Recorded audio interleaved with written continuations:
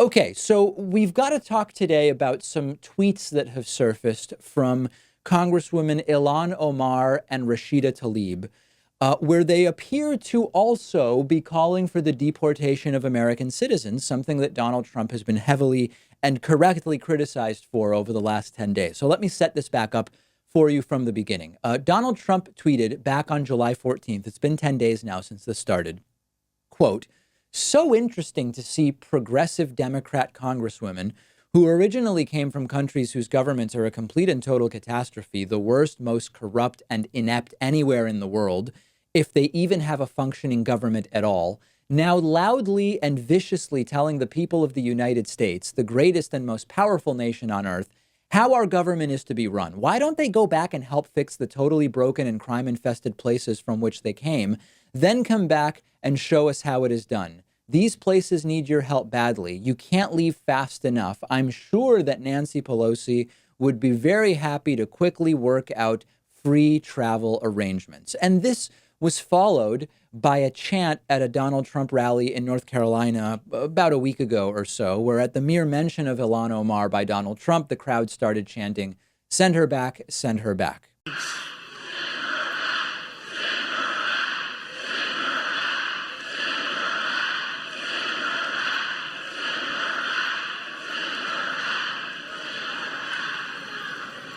And she talked about the evil Israel. So this is undeniably xenophobic. It's disgusting. It's anti-American. The president of the United States suggesting that not only legal American citizens, but also just legally elected officials who are members of the House of Representatives be sent back or leave and go back to their, quote, original countries. It's absolutely and totally disgusting. It's also counter to the idea that Donald Trump has espoused for years, that if you don't like what's going on in the United States, then you should work to change it. I mean, all of Obama's presidency, Donald Trump's perspective was, I don't like what's happening in the country as a result of Barack Obama.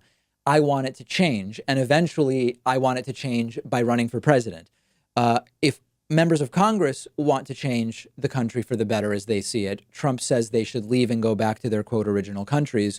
Donald Trump's entire campaign was based on not leaving and going somewhere else, maybe Germany, where Trump's family came from, but on trying to improve the country that you live in. So anyway, total hypocrisy. Now, we get to this latest revelation, which is that it starts to get a little complicated because at least two members of the so-called squad, these four ethnic minority congresswomen, Congresswoman Rashida Tlaib and Congresswoman Ilhan Omar, are on record as appearing to suggest the deportation of people that they don't like. Now, I received probably 50 or 60 emails in the last 12 hours, some from the right saying, David, you are a shill for the left, and you will not cover that Ilhan Omar and Rashida Tlaib have also tweeted about deporting people that are legally here in the United States. I received roughly half of those 50 or 60 emails were from people on the left who said, David, you don't need to cover this because it's a non-story, and the tweets by Ilhan Omar and Rashida Tlaib are completely different than what Donald Trump has said and done. Well, I'm going to cover it, likely to the displeasure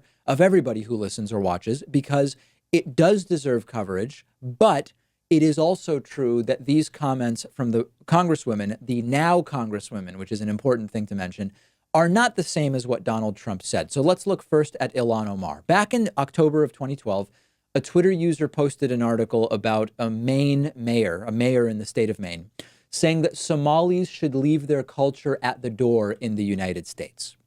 A Twitter battle developed.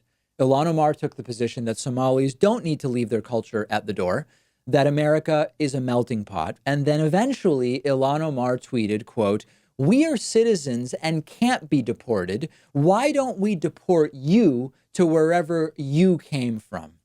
Now, I have to tell you, this does not seem to me to be Ilhan Omar suggesting that citizens be deported. I see this as Ilhan Omar saying that deporting her as a Somali-born but now American citizen is no more logical than deporting any of the U.S. citizens that are arguing with Ilhan Omar on Twitter about how Somalis should leave their culture at the door.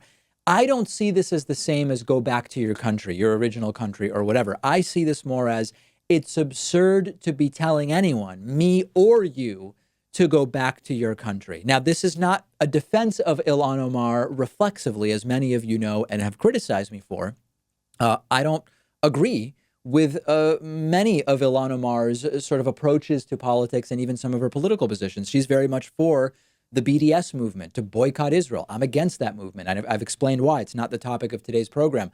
I have no incentive to reflexively defend Ilhan Omar if she doesn't deserve defending. I just don't think this is the same as what Donald Trump said. And more importantly, she was not president of the United States when she tweeted that, nor was she even a member of Congress. So I believe, I forget the date now on that tweet. Then we get to Rashida Tlaib, who back in December of 2015 tweeted about Donald Trump, "Deport this a-hole." Now, this one is not so easily defensible. This is pretty direct and clear. The only real difference is that Rashida Tlaib in 2015 was a member of the Michigan House of Representatives, not a member of Congress and not a president of the United States. Now, I still disagree with what she said, as I disagree with what Donald Trump said. But if Republicans are going to take the position that when Trump said it, it was merely symbolic and meant to say they disagree, that he disagrees with the policies of the squad, if they are going to take the position that when Trump's followers chanted "send her back," it was merely symbolic, a way to say we disagree with the politics of Ilhan Omar, then I don't know how you can't also sort of be forced logically into accepting that when Rashida Tlaib is saying "deport this a-hole," it is the same type of symbolism that is, I disagree with this person's politics and I don't think he's good for the country. I don't like this stuff. I don't like any of it. But the truth is that what Ilhan Omar said is not the same as what Donald Trump said.